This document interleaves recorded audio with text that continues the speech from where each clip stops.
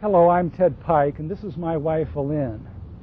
In 1988, an evangelical pastor in Sweden opened his Bible to the story of Sodom and Gomorrah.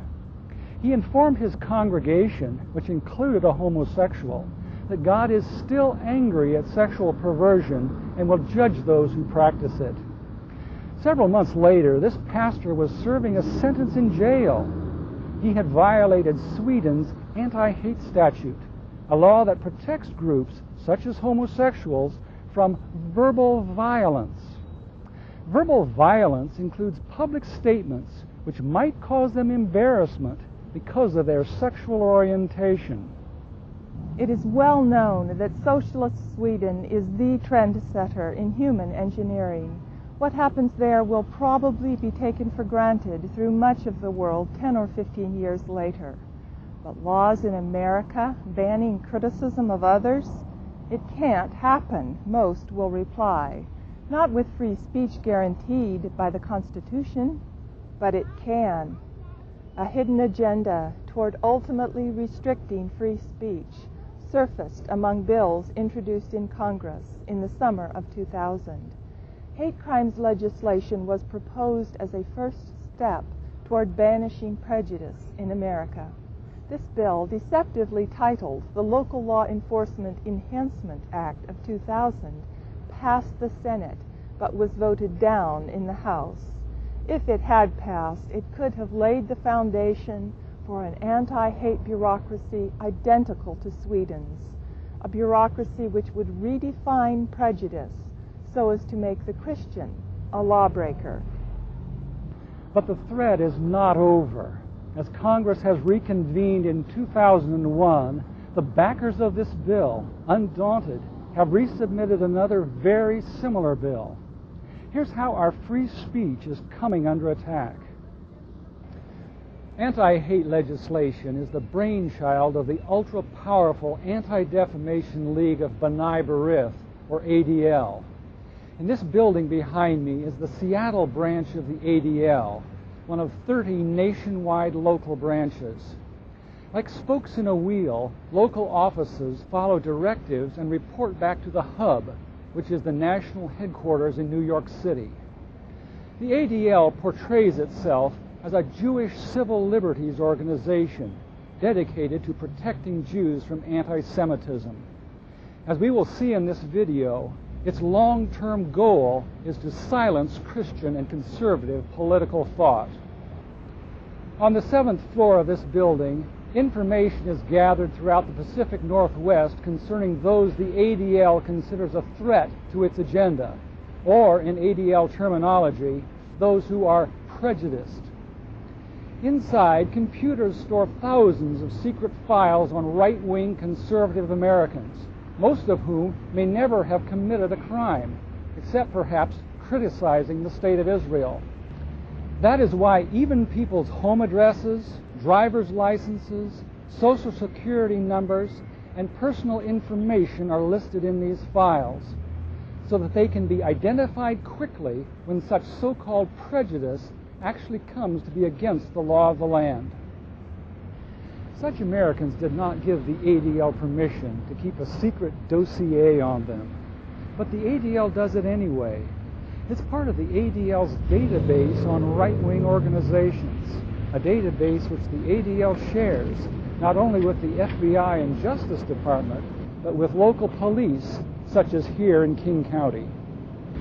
Like the ancient Pharisees, whom Christ described as whitewashed on the outside, the ADL gives the impression of a Jewish civil liberties organization with high-minded intentions. Yet inside these walls are persons with a very different goal, not the elimination of hate, but the eventual elimination of free expression of Christian conservative values. Here is how the ADL has been working to achieve that goal.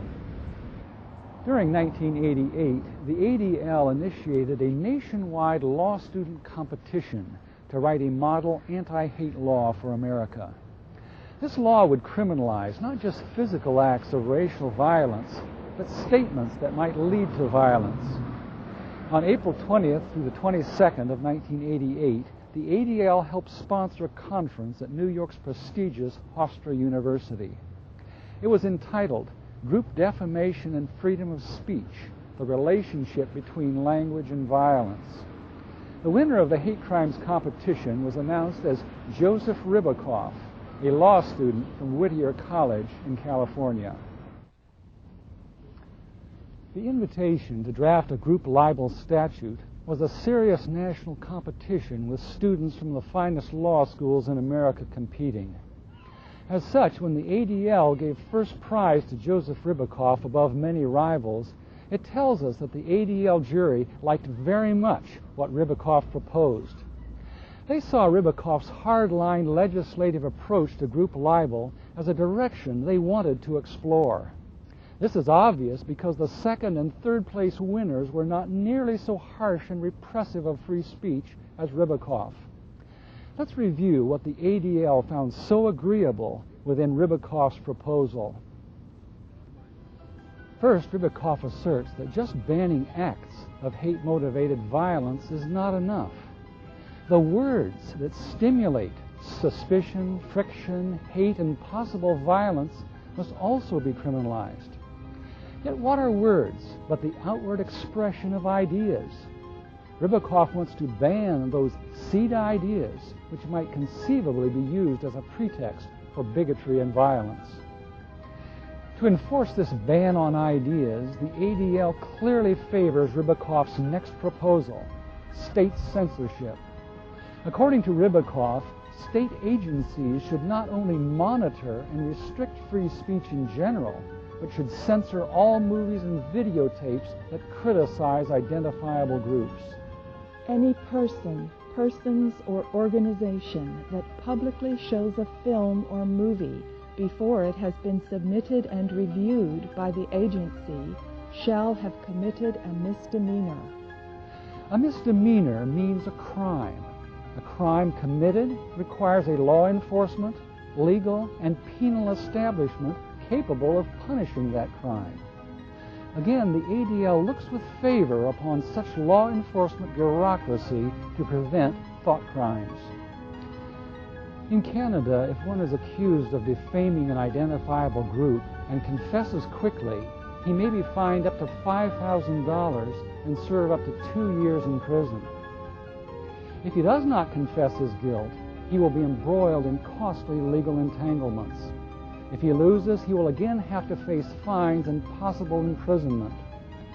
Because the ADL gave first prize to such a system of harassment and prosecution, there is every indication that the ADL is delighted with Ribicoff's get-tough proposals to criminalize thought crimes.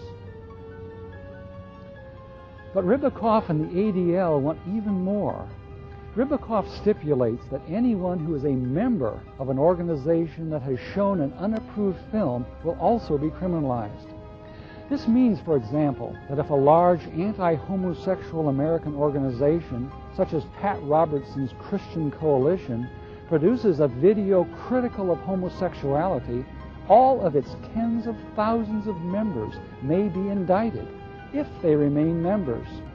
Refusal to abandon their loyalty will become contempt of court, and prison will follow. Not just the leadership, but also every single member who remains loyal will be embroiled in court battles. But surely, you may say, if the accused can defend the truth of his statements in court, he should have nothing to fear. Forget it. For Ribicoff, the criteria of guilt or innocence is not truth. Rather, if one verbally humiliates those who have been given federal status as members of a protected group, then group libel has occurred. This is what he means when he says, regulating group defamation is status-based, not content-based. The truth of the content of that so-called libel does not matter. It will not be admitted as evidence in court.